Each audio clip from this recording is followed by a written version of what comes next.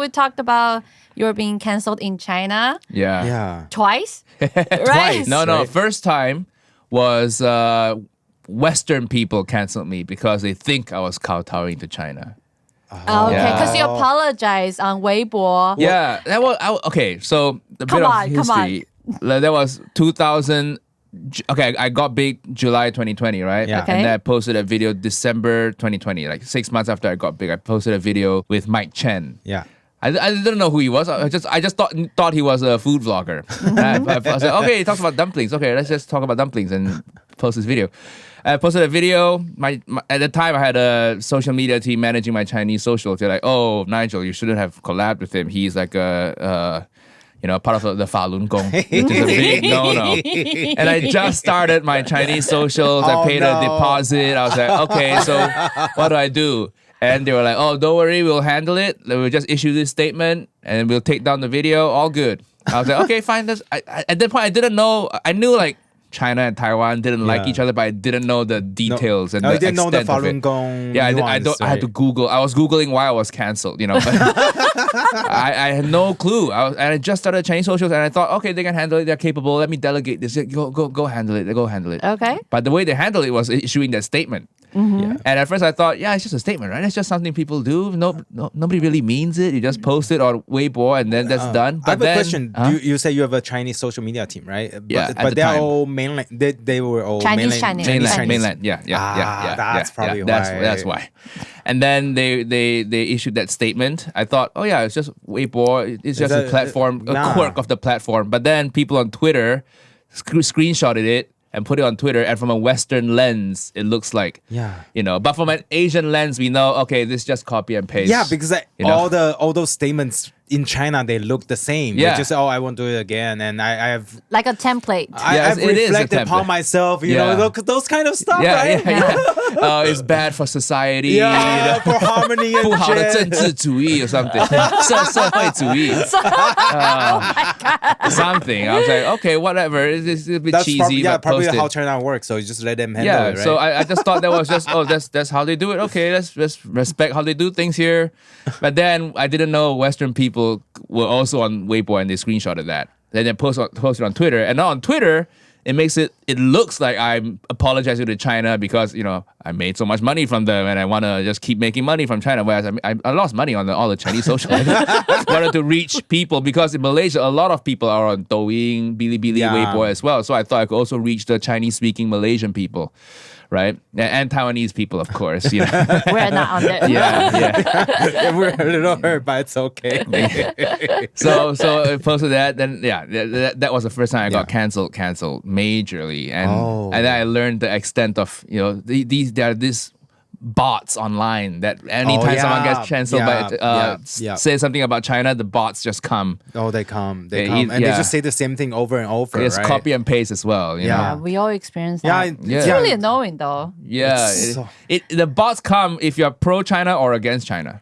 Yeah, no matter which side you're on, you'll get bots. Right? Both sides have bots. So that first time I got canceled, people thought I was pro-China, so I got canceled by a lot of the Western people. I didn't know what I was doing. And in hindsight, if I knew what I know now, I would have known how to handle it better. How would you handle it? Probably just not collab with the guy. That's just too much in the beginning. It's just too much baggage and it didn't do that well in numbers anyway. It didn't help me that much anyway. So it was like, not worth the trouble, right? Yeah. So knowing all this knowledge from the first cancellation, I know the history now, the China, the dynamics now, China versus the rest of the world. So I was like, if I get canceled again, it's to be on my own terms, right? Out of my own choice. Yeah. So on the tour, I started developing this bit. It started from some crowd work. And then it's just China, good country. It started from that one line, and everybody knew, and then the bit just kept growing and growing and growing. So you make fun of like people from China and people from Taiwan, right? Yeah. I was like, this is funny enough. If I get canceled for this, I can stand by it because this is my own craft, my own creativity. So I was like, okay, release it. Because I had to sell the special at the time. Did you know that before you... Oh yeah, I know it's going to get canceled for sure. Mentioning President Xi, right? Yes. Some Chinese subtitles I'll put there. Xi Jinping 万岁, Xi Jinping 万岁. Long live President Xi, long live President Xi.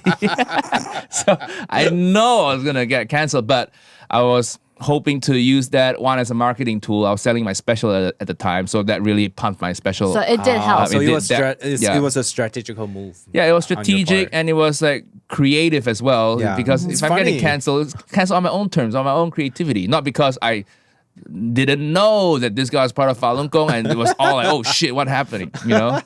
So that's the whole story. But Yeah. it was good. I think that's why I sold so many tickets in Taipei. People think I'm like pro Taiwan. I'm like, nah. I want to say some funny comedian. shit. I'm not a comedian. We don't really take political stances, you know? Yeah, but you make fun of everyone. Yeah, right? yeah, I think yeah. that's the best way to go about it. Especially like, I think sometimes people in power, like best way to tackle them is just make Through jokes. humor. Yeah, Yeah. with humor. If they can take it, then you see their weakness. We all need to ruhua a little bit, you know? Yeah, everybody ruhua, right? I got so many comments saying there are 3 things in life you can't avoid: death, taxes, ruhua.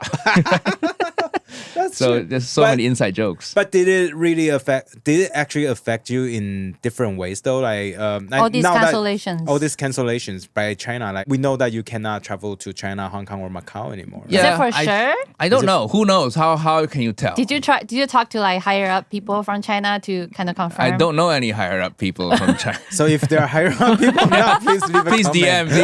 I mean, Telegram. like, we got people like friends through friends saying that you guys are on the list or not. Yeah, we heard people like we that heard people telling tell us. us How that we are- severe was your cancellation? How much shit did you talk about China? Just turn around. You see Xi Jinping taking a poop next to Putin on top. Yeah, that's worse than what I did though. Come on. This is worse. This is actually a gift from our Yeah, audience, yeah. our listeners. Because in Taiwan and China, we had long history, right? So Yeah. like, especially for the longest time, they just pressure us, So for us, like You're canceled the again. the best.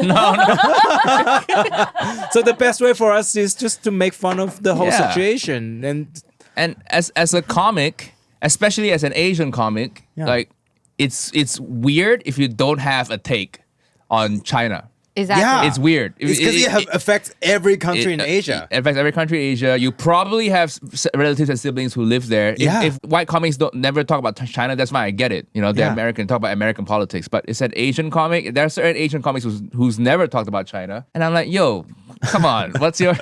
Because I have to say, like, going to China have a lot of potential, like getting a business there and then Having like big live shows. Do you, like you, Live you show. think so? If you speak English, right? English. If you not speak anymore. English, Not anymore. Yeah, not you really. probably Yeah. used to, but not anymore. But like us, we are like Mandarin creators. I know a lot of actors and entertainers, and a lot of true. time when things weren't that bad between China and Taiwan, some people already established business there. Okay. So it's hard for them to like pull up, and they have to apologize. I think for all comedy, the it's time. hard though, right? Yeah, sometimes you're on It's stage hard. improvising. You say something you don't even know, right? Yeah. You don't even know that you're saying something offensive, and then you I don't know. Because It's just we risky. know a lot of Chinese comedians, right? I They know. get canceled for no reason, Yeah. or even like comedy clubs are getting shut down there. You probably see some news. Yeah, I over saw there some guy saying something about a dog, and then he got Yeah, fined. You yeah, know, that's- yeah. too. Yeah, And then singers, I anything can get you happen. just sing the lyrics. Don't improvise. Just sing whatever just- lyrics yeah, you They just wrote. sing actually the don't like lyrics. to improvise, and they don't like to do crowd work. That's what I heard from them. For singers. Oh, no, sorry. for comics. Comedians? For comics. Yeah. For In China, comics. don't do crowd work. Imagine a comedian can just ask, "Oh, what country you're from?" And then the audience says Taiwan. Now you're fucked, right? Now it's not your own fault. The audience said it, but now you're fucked. Right? You have to be the one say, "I'm from a place that's not a country" or something. Yeah. You have to. Like, No, I don't know. comic has to say what country/region.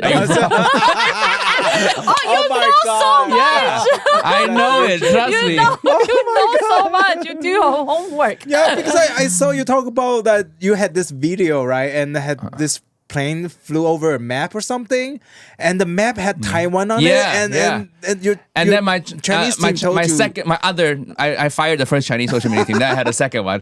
She was like, no, Nigel. Why did you even You bother to hire a had second why one? didn't you just give up? I was like, well, I got cancelled by the West now anyway, so might as well let's see how much inroad I can make in China. But then it got really more and more things I can't do got really annoying. So after a point, I'm like, if I get cancelled by China, who gives a shit? I have more freedom. But then she was like, oh, don't use this map. Use this map. There's no Mongolia, no Taipei, no Tibet. Yeah, it's That's crazy. hilarious. It's I know. actually, She had it's a to. joke itself. It's so funny. Yeah, and then I did a video at Machi Machi. They had a Taiwanese flag in the background. We had to like Photoshop it out, and it's just annoying, very annoying. So I was like, I can't be. You know, as a YouTube creator, I'm already stressing trying to get the video out. Yeah. And now I have to stress a whole extra layer of is this considered offensive to China? It's too many things to think about, man. And because I speak English too, there's not a lot of. I don't think there's gonna be a huge market for me there anyway. You know, and the culture is also so different. I think Malaysian Chinese, I come to Taipei, everything feels familiar. But then I go on Bilibili, Douyin, the way they talk, the words they use in mainland China is also... They have their own phrase. They develop a new their own kind of language almost, right? Yeah, and I can't understand them when they speak. I was in Shanghai before. You know, I can't understand them. They probably are speaking You're Shanghai. gonna get cancer for that. And you speak Mandarin. I And you speak still do. It's the accent. It's their They accent. probably are speaking Shanghainese. Yeah, maybe. Sorry to all my Shanghai fans. You know, You don't have any. It's all right. work on your language skills. You know, I come to Taipei, I understand everybody. You know, your accent is pure. Accent's pure. Yeah. And then I was in Shanghai. They're like, "Oh, 你讲华语像讲到白人腔." I was like, "Fuck you!" 白人腔 is better than like 没有腔, you know.